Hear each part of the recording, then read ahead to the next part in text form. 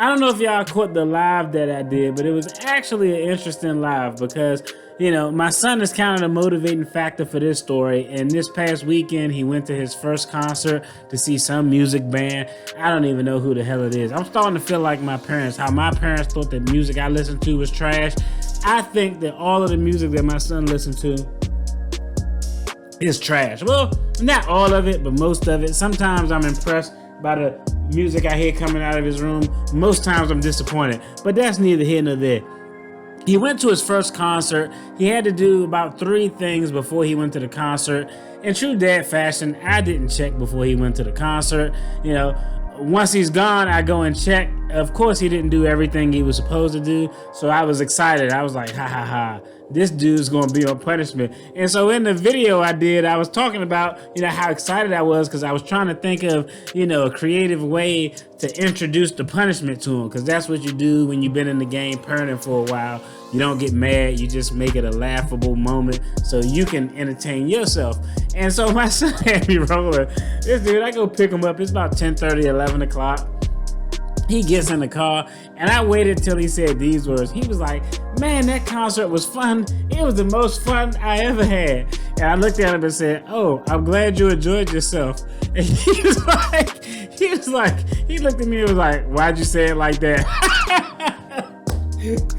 Because he already knew I already had something. He can tell by my vocal inflection when it's something that he jacked up. And so he looked at me and was like, why'd you say it like that? I was like, because you're a punishment this week. Then his face was so tight and he was about to say something. I said, you didn't do any of the stuff that I told you to do. Well, you did it half-assed. And he was about to say something, then he just stopped. And I was actually proud of him because it was the first time where, as I told him about a punishment, normally, you know, he has this habit of he wants to give an excuse or justification. And I always look at him and be like, shut the hell up. It ain't no excuse or justification. But this time, he knew anything he said would be fruitless. So he just was like, never mind, I don't even have anything to say. But it was quite hilarious. He was like, this is the most fun I ever had. I was like, I'm glad you enjoyed yourself. Why'd you say it like that? So that went well. But with that being said, my son is the motivating factor for this video that I wanted to make, because it kind of asked the question, how responsible, or what is our obligation as parents? Like, you're a parent, you work hard to set yourself up financially. What is your obligation as a parent to invest for your children? Is it school? Is it investing outside of the school? Is it investing in a 529 for education only? Is it investing in a brokerage account for them? Is it investing in nothing? Like, you got to figure it out on your own. We're going to talk about what is our obligations as parents to invest for our children. Well, I'm going to tell y'all what I think my obligation is or isn't. Let's go ahead, let's dive in, let's get it.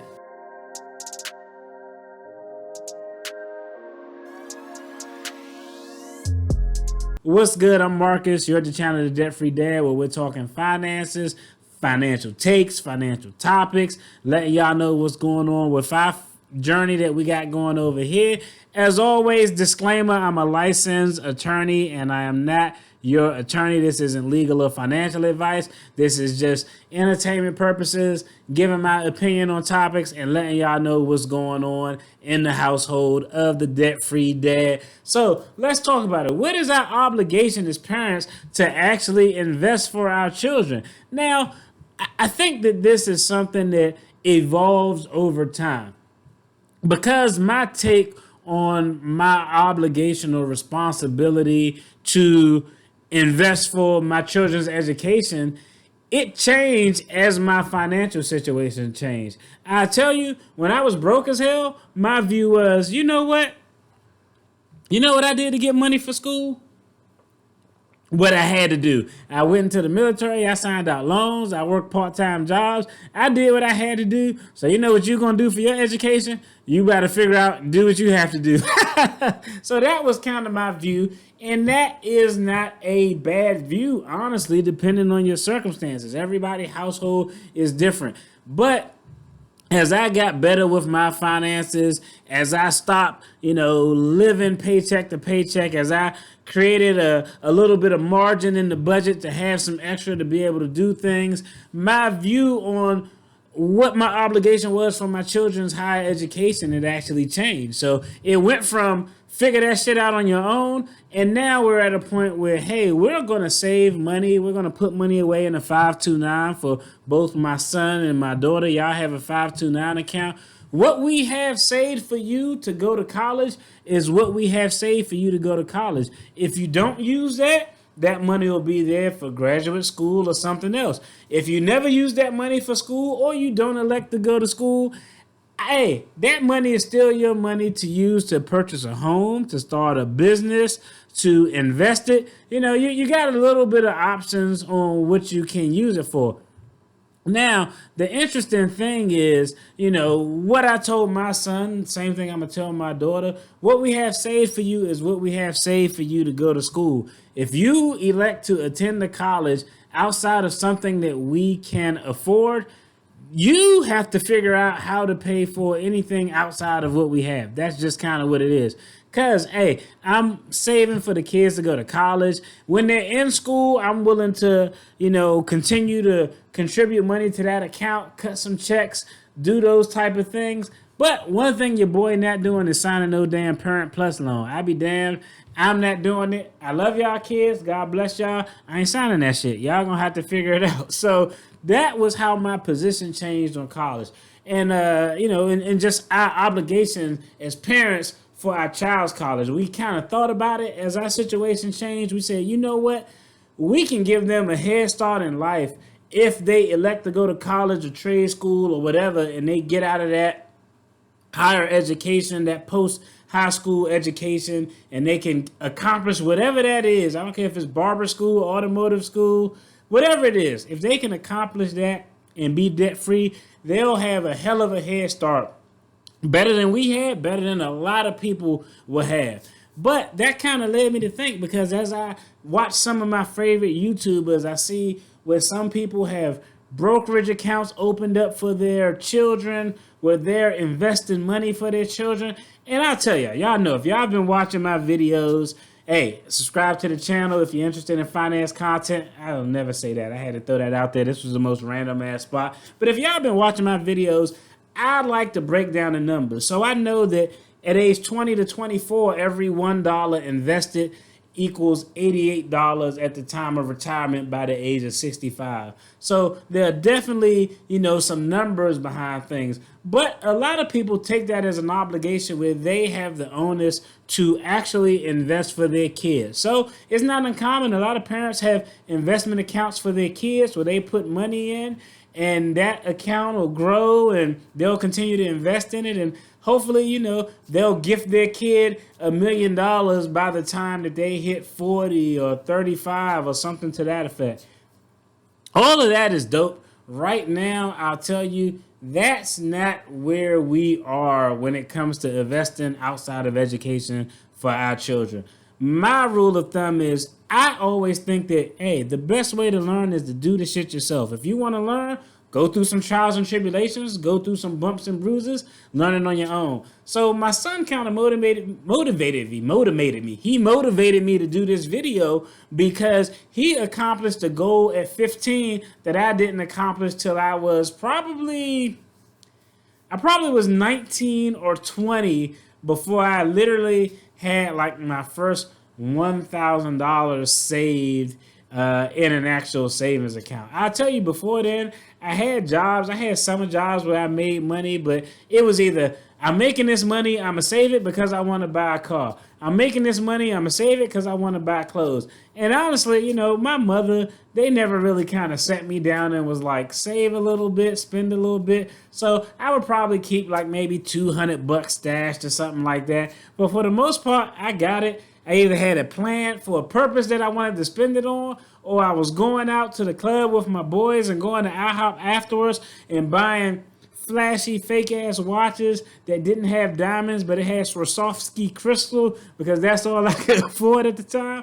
And so My son reached the goal that it took me a little bit, 5 years later than him to reach. He's 15. This is his second year of having a summer job. He doesn't work the entire summer. He doesn't work 40 hours a week, but he saved about $1,300 that he has in his savings account. So I'm really proud of him. He has that $1,300 in his savings account from, money he's been putting away from his allowance, money he's been putting away from his summer job. He also has about $670 in his investment account. Now, let's talk about, just how his investment account works. First, when we're talking about his summer job, we know that's just a summer thing. Outside of him working during the summer, he typically gets $80 a month, $20 a week. He gets $40 every 2 weeks.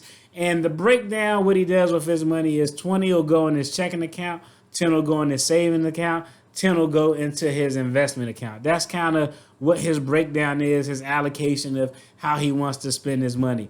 As it relates to his investment account, I've never contributed anything into his investment account.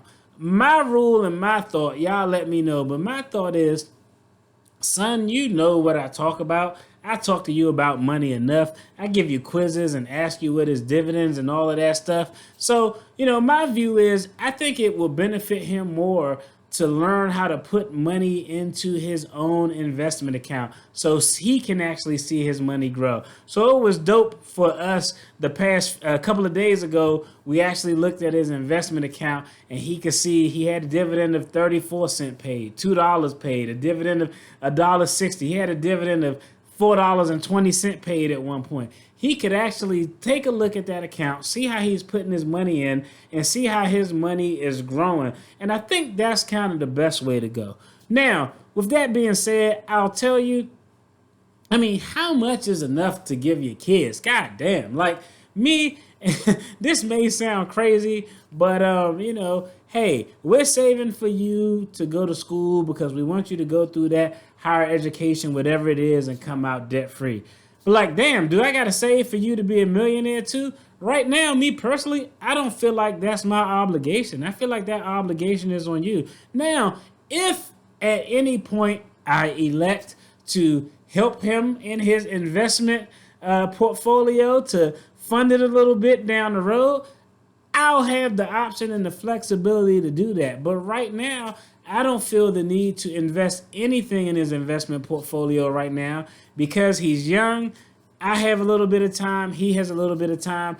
There's no need for me to invest. I'm going to put $5,000 in my son's account because if I do it now, he'll have, by the time he's 40, he'll have 800 and so whatever. I don't care about all those numbers. The thing that I'm focusing on with my son, with my children, is letting them understand the concept of doing it on their own, seeing the growth and the effort of the money that they earn from their hard work, from their time, go get put into an investment account so they can see that money grow. Once I feel comfortable that he has a firm understanding of that concept, at that point, I may be willing to reevaluate it. But the more likely approach that I think I'm going to take is no, I'm just going to continue to talk to him, continue to stir him down the right path financially so that he understands, hey, when I got a job, I need to do this. When I have a job, I need to do this. If I explain everything to him, if he takes that information, if he continues on the path that he's doing, investing at the age of 15, this guy can have $1 million before he's 40 years old if he does everything the right way. So that's just kind of the approach that me and the wifey are taking. We're going to help them out with school. We're going to try to get them that higher education debt free, whatever that higher education may be. But we don't feel any obligation to invest outside of their education for general investments for them to reach millionaire status. No, take that ownership, learn it, make those moves on your own. At some point, when hopefully I'm 104 years old and I pass away, I'm going to be blessed to where I can leave a trust to my family and they can get paid out from that trust for the rest of their lives, and my grandkids can get paid out from the trust in the rest of their lives. So all of this stuff is already planned to be structured to provide for my family for generations to come. That's the whole point of me doing this. So when I take that into consideration, I'm not under any obligation to start him off investing right. I'm under an obligation to teach him how to invest his money right. That's kind of the approach that we're taking. That's what we're going to do. He can hit future millionaire status really, really fast if he keeps on the path that he's on, if he listens to the jewels on drop, if he isn't excessive in his spending, if he isn't trying to ball, if he don't find a girlfriend who he's trying to impress too much and he end up broke as hell. He can do some very big things. That's our position. Y'all let me know what y'all think in the comments. Outside of, your kids' education, are you investing just in general for your children's overall future wealth? Or are you just trying to take our approach? Just give them the information and help them to make sure that they're doing the right things along the way so they can kind of build that investment muscle. You build up a muscle by working it. So, help them build up that investment muscle. Both ways, both options are cool, but I come from a standpoint of ain't nothing given to you in this world. You got to earn everything you got to get. I think they'll learn a little bit better. So that's the way that we're going to do it over here. Hey, as always, I appreciate y'all tuning in. Like I said earlier, if you got any value out of this video, y'all make sure y'all hit the subscribe button, the like button, all of that good stuff. Hit the notification, become a part of the family. Peace.